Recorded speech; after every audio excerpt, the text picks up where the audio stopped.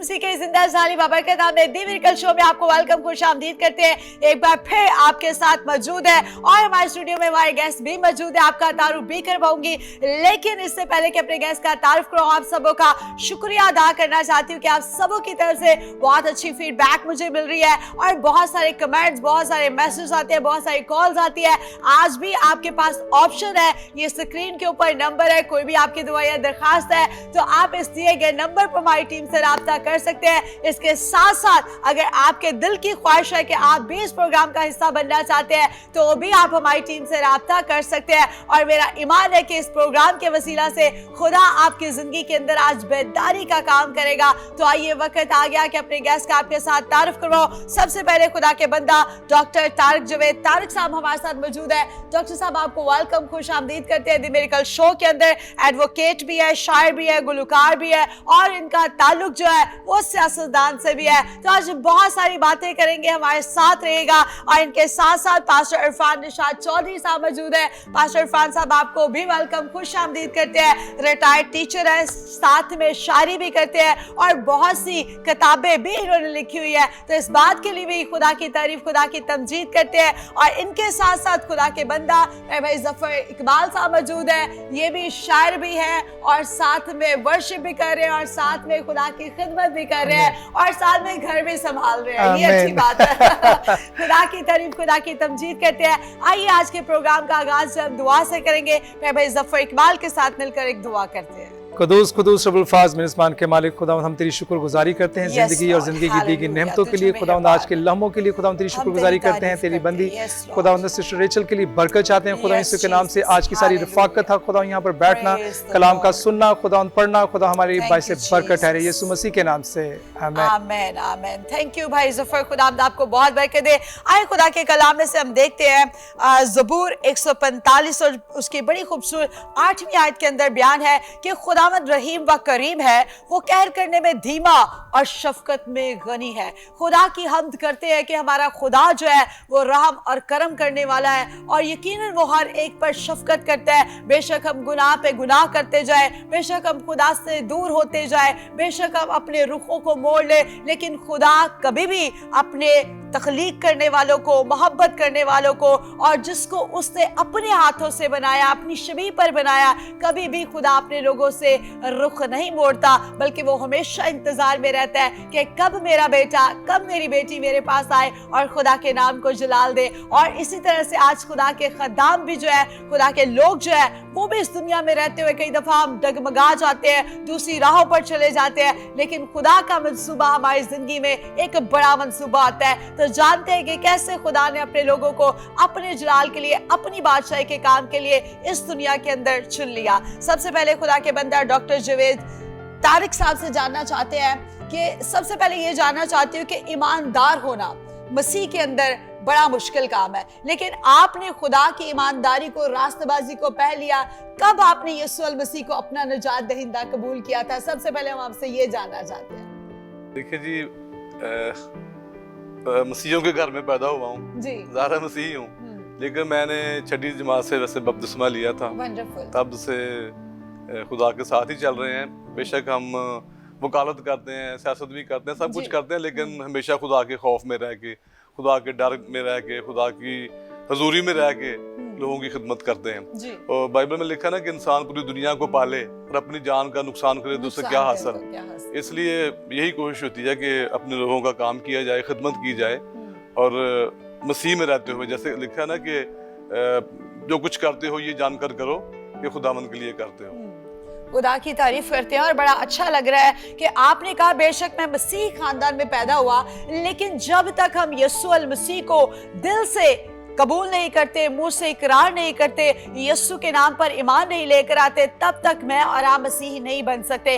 अगर आज तक आपने यीशु अल मसीह को अपना निजात दहिंदा कबूल नहीं किया तो आज ज़रूरत है कि हम उसे अपना निजात दहिंदा कबूल कर ले, क्योंकि बहुत सारे पाकिस्तान के अंदर रहते हुए जब तौबा के लिए कहा जाता तो हर कोई देखो देखी खड़ा हो जाता है। तौबा, इकरार और ईमान जो है वो एक ही दफा मसीह के ऊपर लेकर आए और यही यीशु अल मसीह जो चाहता है कि आप उसे अपनी जिंदगी का निजात दहिंदा कबूल कर ले। तो इसके साथ साथ एक और सवाल डॉक्टर तारक जो है, तारक साहब से मैं करना चाह रही हूँ कि अरसा दराज से आप वकालत कर रहे हैं और मैं ये जानना चाह रही हूँ कि बहुत सारे लोगों का मानना है कि जो इंसान वकालत करता है वो खिदमत नहीं कर सकता, जो इंसान सियासतदान होता है वो वकालत नहीं कर सकता। आप ये सारे काम साथ साथ कर रहे हैं, कैसे आप मैनेज कर सकते हैं इस चीज? अच्छा, वैसे तो कहते हैं कि politics is the profession of the lawyer.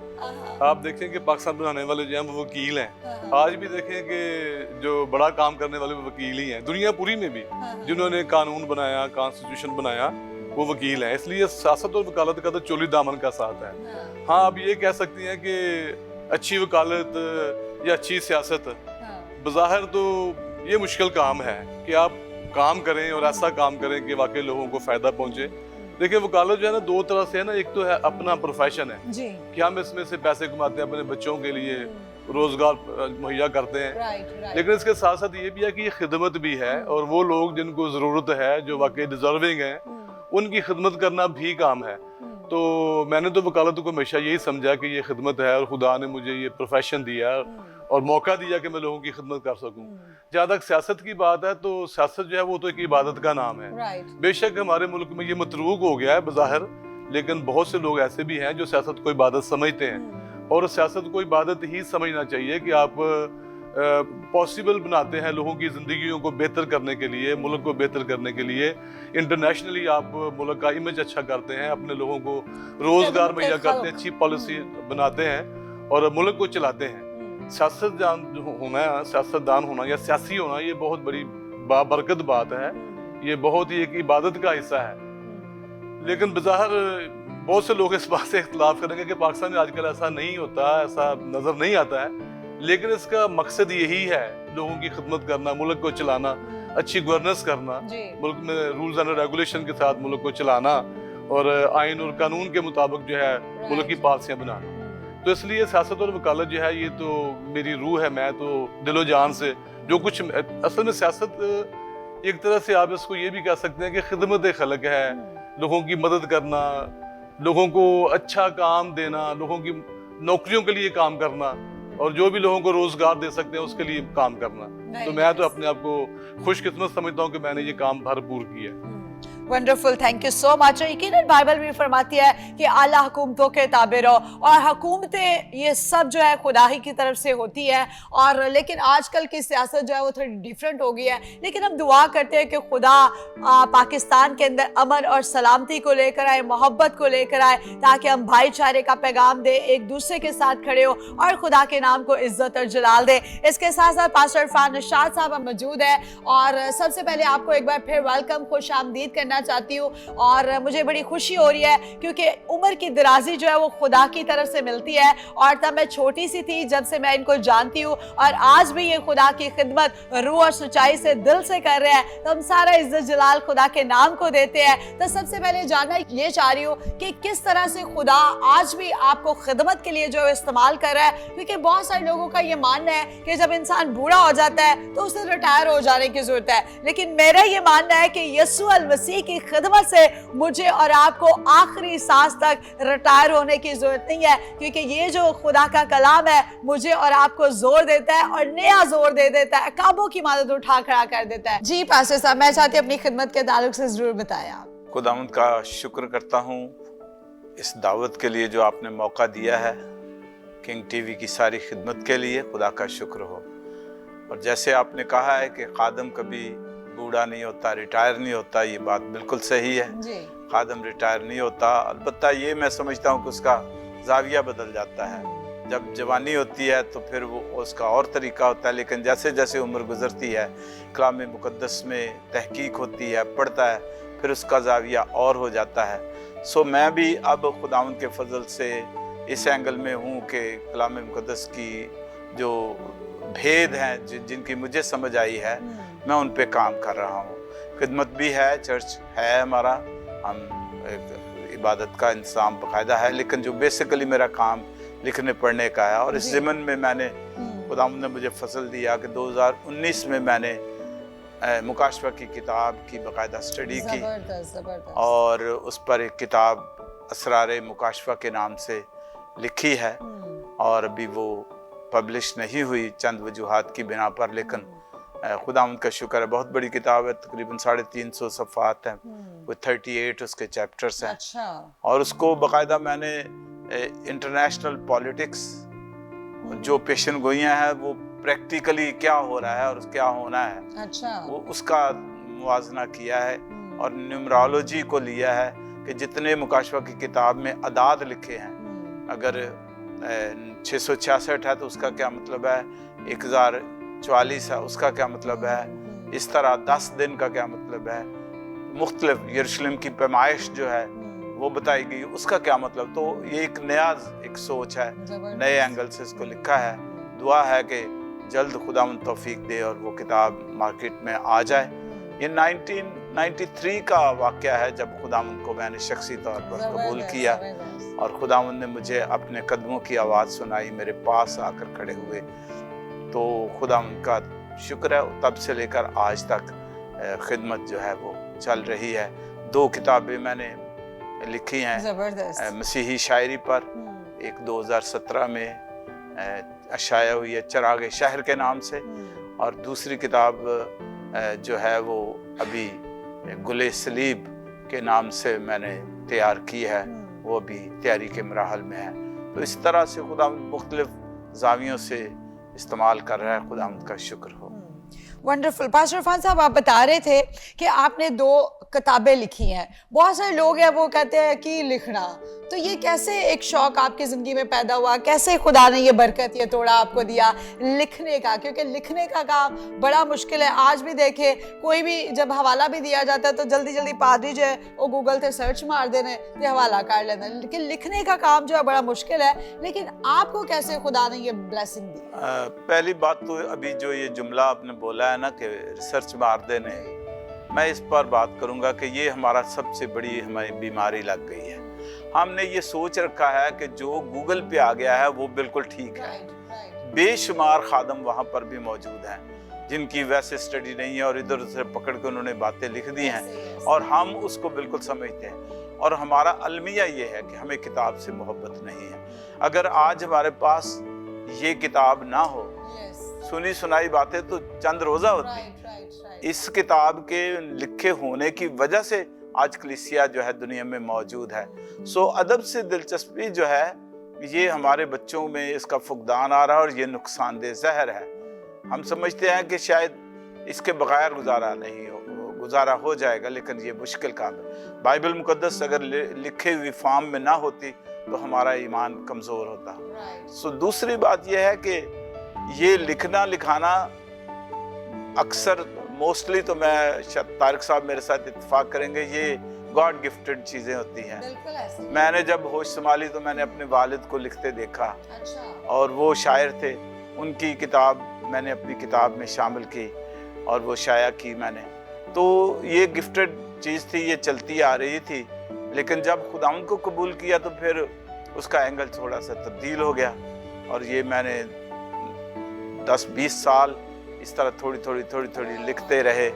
और ये मुकाशवा की किताब का भी मेरा विजन जो था वो तकरीबन 2000 में मुझे विजन मिला कि इस किताब को इस पे काम करना है। फिर मैंने इसकी स्टडी की बाकायदा, कुछ 7 साल मैं इसको पर्सनली स्टडी किया और उसके बाद 2019 में रिटायरमेंट के बाद मैंने फिर इस पे काम किया है। सो ये लिखने लिखाने का अमल जो है वो ये गॉड गिफ्टेड है और ये बरकत है। फिर सीखना पड़ता है, ये अलग चीज़ है, लेकिन खुदावंद का फजल है कि उसने मुझे तौफीक दी। Thank you so much pastor Irfan Rashad साहब, खुदावंद आपको बहुत बरकत दे। We will take a short break, keep watching the miracle show with अस।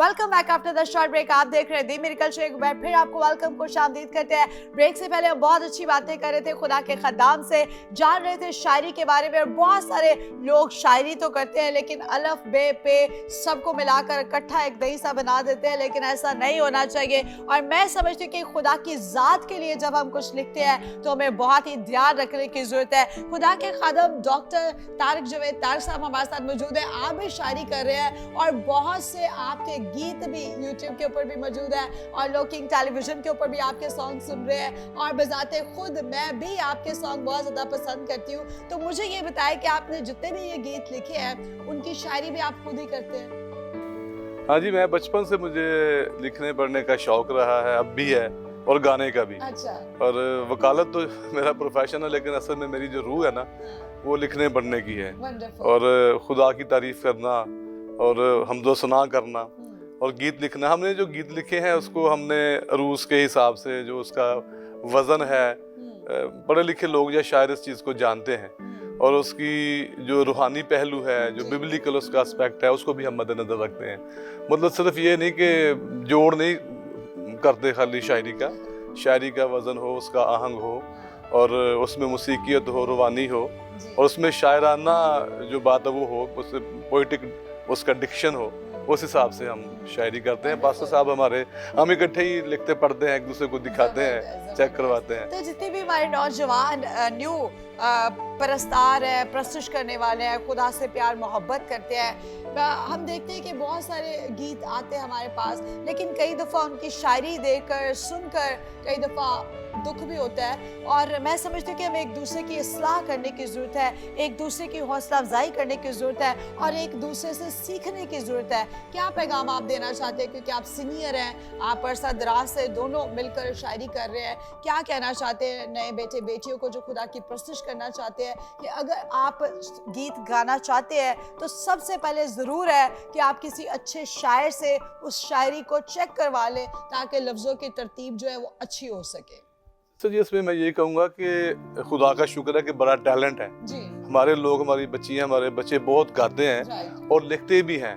अच्छी बात है, उनको और भी ये काम करना चाहिए, हम उनको अप्रिशिएट करते हैं। लेकिन थोड़ा सा अगर बड़ों को दिखा लें, जो सीनियर हैं, जिनका बाकायदा ये काम है, जैसे खुदा के खादम है, आपको बिब्लिकल जो उसका एस्पेक्ट है, जो रूहानी पहलू है, वो आपसे सलाह लें, आपसे भी बात कर सकते हैं, और जो खुदा के खादमीन हैं उनसे, और जो शायर हैं, जैसे हमारे शायर हैं जिनको लोग जानते हैं कि जो अरूज को समझते हैं, वजन को, आहंग को जानते हैं, उनसे मिलके, उनसे इस्लाह लेके, तो फिर उन जो है ना वो जो गीत हैं, जो गज़लें हैं, फिर वो अच्छे भी लगेंगे, लोग उनको सुनेंगे भी, फिर लोग तनकीद नहीं करेंगे। तो यही मेरा पैगाम है कि वो इसको थोड़ा सा इस्लाह ले लें। मतलब अच्छी बात है जो कर रहे हैं, हम तनकीद नहीं कर रहे। एक काम गलत होता है तो फिर वो सही होता है, एक काम रफ होता है फिर वो ठीक होता है। जी, इसलिए जैसे कोई मकान बनता है ना, तो मकान तो पहले वैसे ही मकान बनता है, उसके बाद उसको ठीक करते हैं, उसकी दीवारों को, उसमें नक्शो निगार बनाते हैं, उसमें अच्छी जगह पे कुर्सियां लगाते हैं, मेज लगाते हैं। इसी तरह शायरी भी है।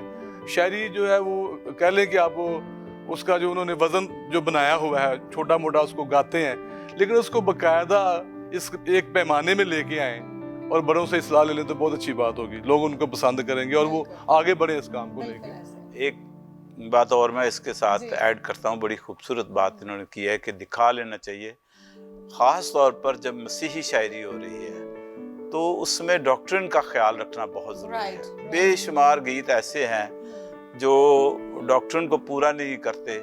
मौसीकी है, खूबसूरती भी लगती है, वक्ती तौर पर वो गीत अच्छा लगता है, लेकिन डॉक्ट्रिन का जो है फुकदान होता है, जिस वजह से गीत अपना तासुर ख़त्म कर देता है। कई दफ़ा अल्फाज की तज़कीर व तानीस की गलती होती है। कई गीत ऐसे हैं, मैं गिनवा सकता हूँ, मैं नाम नहीं लेना चाहता, कि लफ्ज़ जो है वो ग्रामेटिकली उर्दू में मुज़क्कर इस्तेमाल होता है, लेकिन गाने वाले ने मुअन्नस से इस्तेमाल किया है। अगर मुअन्नस है तो उसको मुज़क्कर इस्तेमाल किया हुआ है। तो इससे हमारा इमेज जो है, जो दूसरे लोगों तक, जो उस्ताद लोग हैं, जो पढ़े लिखे हैं, जो गैर अक़वाम में जब लोग सुनते हैं तो फिर वो हमारा इमेज बहसियत कौम यही जाता है कि इनको पता नहीं है। सो नए आने वाले जो बच्चे हैं उनको दो बातों का ख्याल, एक तो इसकी जो क़वाइद व ज़वाबित है उसका, और दूसरा बात है कि जब लिखने वाले दोस्त हैं, मैं गुजारिश ये कहूँगा कि वो किसी अच्छे पास्टर को, अच्छे खादम को उसकी डॉक्ट्रिन चेक करवा लें। बाज़ औक़ात शायरी बहुत खूबसूरत होती है, डॉक्ट्रिन ठीक नहीं होती, तो ये एक इसमें ऐड जी हम खुद भी आपस में एक दूसरे को दिखाते हैं। कई दफा मैंने गजल लिखी है, इनसे मैं बात करता हूँ, इनको कि आप देखें कैसी है, ये मुझे कहते हैं। और भी शायर हैं जिनको हम दिखाते हैं, वो हमसे, इसलिए इस्लाह लेना या कंसल्ट करना, वकील भी ऐसे ही होते हैं। एक केस मेरे पास आया तो मैं 10 बंदों से बात करूंगा, 10 बंदे मुझसे पूछेंगे, यही है कि काम खूबसूरत हो। इसलिए कोई बच्चा को इस चीज को गलत ना समझ ले कि हम खुदा ना खासा उनको एडवाइस कर रहे हैं, हम वैसे मशवरा दे रहे हैं, मशवरा दे रहे हैं कि उनके लिए अच्छा होगा। हमने भी ऐसे ही सीखा, हर बंदा ऐसे ही सीखता है। गालिब भी सलाह लेते थे, इससे बड़ी इवन के अल्लामा इकबाल साहब के भी तो उस्ताद थे ना, दाग दिलवी। इसलिए उस्ताद होना, उस्ताद रखना, इस्लाह लेना, ये तो बुनियादी इसका समझ ले कि इसकी ज़रूरत है शायरी की। बड़ी अच्छी आपने खूबसूरत बात की है कि हर शागिर्द का जो है ना वो एक उस्ताद होना लाजमी ज़रूरी है, और जो इंसान खुद ही उस्ताद बन जाए वो फिर पक्का ही उस्ताद है। तो मैं ये जानना चाह रही हूँ कि आपका कौन सा पसंदीदा सॉन्ग है जो आज आप चाहते हैं कि आज मैं भी सुनूं, सब लोग सुने? अच्छा, बहुत से पसंदीदा सॉन्ग है। एक मेरा गीत है, मेरा मसीहा मुश्किल कुशा है। वो एक सिस्टर है, सिस्टर इंग्लैंड से ताल्लुक रखती हैं, उनके साथ मैंने गाया था। कासिम सलीम साहब ने मौसीकी दी थी, वो आपको सुना देते हैं। आइए ये गीत सुनिए और बरकत पाइए। मेरा मसीहा मुश्किल कुशा है, मेरा मसीहा मुश्किल कुशा है, रोग हो कैसा देता शिफा है, मेरा मसीहा।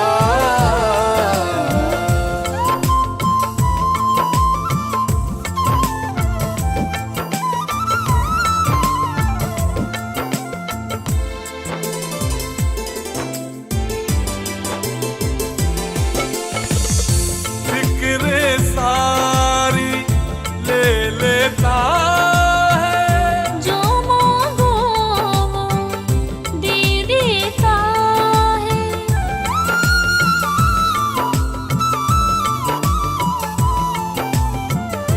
फिक्रे सारी ले लेता है, जो मांगो वो दे देता है, सुन लेता है, एक दुआ है, रोग हो कैसा देता शिफा है, मेरा मसीहा।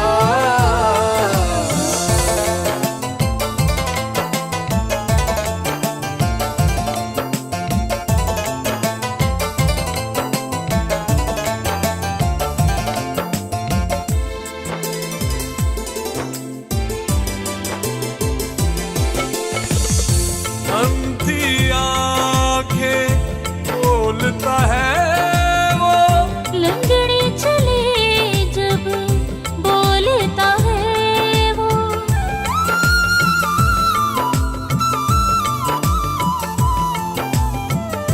अंधी आंखें खोलता है वो, लंगड़े चले जब बोलता है वो, उसके हाथ में ऐसी ऐसा है, रोग हो कैसा देता शिफा है, मेरा मसीहा। आपने ये गीत सुना है, बहुत अच्छा लगा, और इसकी शायरी भी बड़ी जबरदस्त है और बैकग्राउंड व्यू भी बड़ा अच्छा लग रहा है। लेकिन अब वक्त आ गया कि हम खुदा की जिंदा आवाज को सुने। पास्टर इरफान हमारे साथ मौजूद है, हम खुदा के कलाम को सुनेंगे और बरकत पाएंगे। जी पास्टर। एक बार फिर आपका बहुत शुक्रिया, खुदा का कलाम शेयर करने का आपने मौका दिया है। मैं सिर्फ एक बात आज इस खूबसूरत मौके पर अपने खुदा की तारीफ करते हुए ये पैगाम देना चाहता हूँ। एक लफ्ज़, एक जज्बा है, एतमाद। एतमाद के ऊपर खुदावंद का कलाम क्या कहता है? ज़बूर नंबर 131 और उसकी सबसे छोटा ज़बूर है, 3 आयात हैं और उसमें इसका कुलिया दिया गया है। लिखा है, खुदावंद मेरा दिल मगरूर नहीं और मैं बुलंद नज़र नहीं हूँ। ना मुझे बड़े बड़े मामलों से कोई सरोकार है, ना उन बातों से जो मेरी समझ से बाहर हैं। यकीनन मैंने अपने दिल को तस्कीन देकर मुतमईन कर लिया है। मेरा दिल मुझ में दूध छुड़ाए हुए बच्चे की मानद है।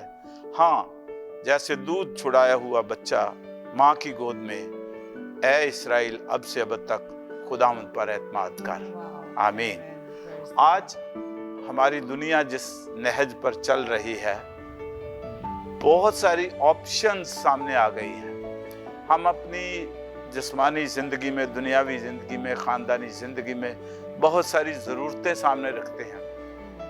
बहुत सारी हमारी नीड्स, हमारी ख्वाहिशात पर होती हैं और कुछ वाकई हमारी ज़रूरियात होती हैं। अब जब हम उन ज़रूरियात की तकमील चाहते हैं, उनको पूरा करना चाहते हैं, तो हमारे सामने बड़े रास्ते खुले हुए हैं। कुछ रास्ते खुदावंद को पसंद है और कुछ रास्ते खुदावंद को पसंद नहीं है। ये अब हमारा काम है कि हम किस रास्ते को पसंद करते हैं। खुदा के बंदा बुजुर्ग दाऊद पर जब ये वक्त आया है कि उसे सिलेक्शन करनी पड़ी है, उसकी मुश्किलात का आपको अंदाजा है। वो तो एक बच्चा था, मासूम था, भेड़ बकरियां चढ़ाता था, लेकिन खुदावंद ने उसको चुन लिया और फिर उसकी ज़िंदगी कितनी जंगो जदल में गुजरी है, मुश्किलात में गुजरी है। लेकिन इस सारी भाग दौड़ में उसने जो कंक्लूजन निकाला है, जो उसकी रिजल्ट निकला है, उसने ये नतीजा दे दिया है कि एतमाद खुदावंद पर किए बगैर ये मुमकिन नहीं है। और अब हम सोचे कि हम एतमाद कैसे करें, क्या तरीका है एतमाद का, वो उसने दे दिया, जो हमारी आज सबसे बड़ी मजबूरी है। पहली बात क्या लिखी है? मेरा दिल मगरूर नहीं और मैं बुलंद नजर नहीं। और ये हमारा सबसे बड़ा प्रॉब्लम, हर इंसान के अंदर ये चीज होती है कि वो कुछ नजर आए, वो बड़ा नजर आए, दूसरों से बेहतर नजर आए, दूसरों को कमतर नजर शो करने की। तो खुदावंद ने अपने बंदा से कलाम किया है कि, और उसने रिजल्ट निकाला है कि ये चीज जो है ये खुदावंद पर एतमाद नहीं करती। खुद कोई ताकतवर है तो अपने गुरूर पर, ताकत पर एतमाद करना शुरू करता है। कोई खूबसूरत है तो उसकी खूबसूरती उसको टिकने नहीं देती। कोई दौलतमंद है तो वो दौलत के भरोसे पर चाहता है, मैं जो चीज चाहूं मैं कर सकता हूं।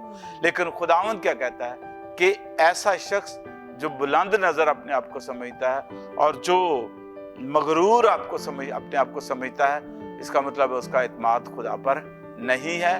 और वो चीजें जो वो हासिल करना चाहता है, अगर इन बातों से हासिल करेगा तो वो हासिल नहीं कर पाएगा। फिर कहता है कि मुझे बड़े बड़े मामलों से कोई सरोकार। हमारे यहाँ ये भी एक प्रॉब्लम है कि हमारा जहन उतना होता नहीं है जितना हम सोचना शुरू कर देते हैं। हमें पता नहीं है कि अगर कोई खादम जो है वो तरक्की कर रहा है, खिदमत में आगे जा रहा है, तो हमें पता ही नहीं है कि उसकी रोया क्या है, उसको खुदावंद ने क्या विजन दिया है। हम उसकी जो जाहिरी चीजें नजर आती हैं, जो बरकतें उसको नजर आती हैं, हमें उनमें उलझना शुरू कर देते हैं, बजाय इसके कि हम खुदावंद की तरफ से जो है वो रहनुमाई हासिल करें। तो एक जुमला सिर्फ और कि उस बंदे की जिसने खुदावंद पर एतमाद करना, उसकी कंडीशन क्या होनी, कैसे एतमाद हो सकता है। और लिखता है कि यकीनन मैंने अपने दिल को तस्कीन देकर मुतमईन कर लिया है और मेरा दिल मुझ में दूध छुड़ाए हुए बच्चे की मानद है। जब तक आप इस स्टेज पर नहीं आते, खुदावंद पर एतमाद नहीं होगा। जैसे बच्चा अपनी माँ पर एतमाद करता है, बाप पर एतमाद करता है, हमें खुदा पर एतमाद करना है। अगर हम ये करेंगे तो फिर हम जरूर कामयाब होंगे। खुदावंद आपको बरकत दे। Thank you so much. जोरदार तालियां खुदा के बंदा पास्टर इरफान चौधरी साहब के लिए बजा दीजिएगा। बड़ी खूबसूरती के साथ बात कर रहे थे। बहुत सारी, ये वाकई सच्चाई वाली बात है कि बहुत सारे लोगों के अंदर अना होती है, गरूर होता है, घमंड होता है, तकब्बुर होता है कि मैं जो बड़ा खूबसूरत बंदा हूँ, मैं बड़ा दौलतमंद हूँ, मेरे पास ये भी है, वो भी है, मेरे बड़े ताल्लुकात है। तो हम इसी घमंड और गरूर के अंदर जो है वो हम हार जाते हैं, रह जाते हैं। कई दफ़ा हम ये सोचते हैं कि मैं सब कुछ पैसे से जो है वो कर सकता हूँ, लेकिन पैसे से आप कुछ भी नहीं कर सकते जब तक खुदा आपकी जिंदगी में ना हो। तो सबसे पहले आपको जरूर है, बाइबल ने वाज़ह तौर पर बयान किया है कि मुबारक है वो शख्स जिसका तवक्कल, जिसका भरोसा, जिसका एतमाद जो है वो खुदा के ऊपर है। जब आपका तवक्कल, आपका एतमाद, आपका भरोसा खुदा के ऊपर होगा तो खुदा हर एक रास्ता आपके लिए हमवार कर देगा। खुदा हर एक चीज जो है वो आपके लिए मुहैया कर देगा। आप बाहर में भी चले जाएं, वहां पर भी सहरा में नदियां जारी हो जाएंगी। लेकिन ये ये तभी होगा जब आप यीशु अल मसीह के ऊपर तवक्कल करेंगे, अपने जिंदा खुदा पर भरोसा करेंगे। अब वक्त आ गया कि हम तमाम बीमारों के लिए दुआ करें। अगर आप नाउम्मीद है, आपके पास भी कोई उम्मीद नहीं है, आप हार चुके हैं, थक चुके हैं, कोई आपके पास रोजगार नहीं है, तो आज ईमान रखें कि खुदा आपकी जिंदगी के अंदर एक बड़ा काम करेगा। आज जरूर है कि आप यीशु अल मसीह के ऊपर एतमाद करें, आप उसके ऊपर ईमान लेकर आए और कहें कि मेरा खुदा मेरे साथ है, वो मेरे लिए सब कुछ कर सकता है। यकीनन वो हर बीमारी से बढ़कर है, वो हर बेरोजगारी से बढ़कर है। वो खुदा काम कर सकता है जो इंसान से नहीं हो सकता। तो आए खुदा के बंदा पास्टर अरफान निशात चौधरी के साथ मिलकर तमाम बीमारों के लिए दुआ करेंगे और जितने भी लोग देख रहे हैं आप सबों के लिए बरकत की दुआ करेंगे। जी पास्टर साहब। आसमानी बाप, तेरे बेटे अपने मुनज्जी खुदावंद यीशु मसीह नासरी के नाम से तेरे हुजूर झुके हुए हैं, तेरा शुक्र अदा करते हैं। तूने आज हमें ये तौफीक बख्शी है कि हम तेरे नाम की तारीफ कर सकते हैं, तेरे नाम को जलाल देते हैं। खुदावंद इस बात पर तेरा शुक्र अदा करते हैं, रूहुल कुद्स के लिए, उसकी रिफाकत के लिए तेरा शुक्र अदा करते हैं। इस वक्त जितने बहन भाई, जितने बच्चे खुदावंद इस प्रोग्राम को देख रहे हैं और खुदावंद तेरी बात को सुन रहे हैं, उन सब के लिए बरकत की दुआ करता हूँ। बीमार यीशु मसीह नासरी के नाम से शिफा पाए, बदरू गिरफ्तार यीशु नासरी के नाम से रिहा हो जाए और खुदावंद जो कमजोर हैं जोरावर हों। अगर किसी के घर में कोई गुर्बत है, यीशु नाम से उनके वसाइल पैदा हों। और अगर कोई मालदार होने पर अपने आप को फख्र करता है, यीशु में दिल का करीब हो जाए, तेरे लोगों का भला करने वाला हो। खुदावंद सारी बरकत के लिए तेरा शुक्र करते हैं, तेरे ही जलाली और कुदूस नाम से यीशु ये दुआ मांगते हैं। Amen amen. Thank you pastor Irfan Nishat साहब, खुदावंद आपको बहुत बरकत दे। और मेरा ईमान है कि आपने ये दुआ की है और यकीनन जब हम ईमान रखते हैं खुदा जिंदगियों के अंदर मौजे का काम करता है, शिफा का काम करता है। ये स्क्रीन के ऊपर नंबर है, अगर कोई भी खुदा मौजे का, शिफा का, बढ़ोतरी का, कामयाबी का, सरफराजी का काम करता है तो भूलिएगा मत हमारी टीम के साथ शेयर करना। और इसके साथ साथ भाई जफर आपका बहुत शुक्रिया, खुदावंद आपको बहुत बरकत दे। Thank you so much pastor Irfan Nishat साहब, आपको भी खुदा बरकत दे। और मेरी ये दुआ है कि खुदा आपको उम्र की दराजी, पीरी, सलामती अता करे और बरकत पर बरकत अता करे। Thank you so much doctor Tariq Javed Tariq साहब, आपका भी बहुत शुक्रिया। और खुदा आपको कामयाब करे, सरफराज करे और आने वाले दिनों में खुदा आपको बैरून मुल्क में लेकर जाए। खुदा आपको बहुत बरकत दे। Thank you so much. मेरा ईमान है कि आज के प्रोग्राम के वसीला से आपने बरकत पाई होगी। इस प्रोग्राम की फीडबैक जरूर दीजिएगा, ये स्क्रीन के ऊपर नंबर है, जरूर हमें बताइएगा कि आज का प्रोग्राम आपको कैसा लगा। अब हमें इजाजत दीजिएगा। God bless you all. Pakistan जिंदाबाद।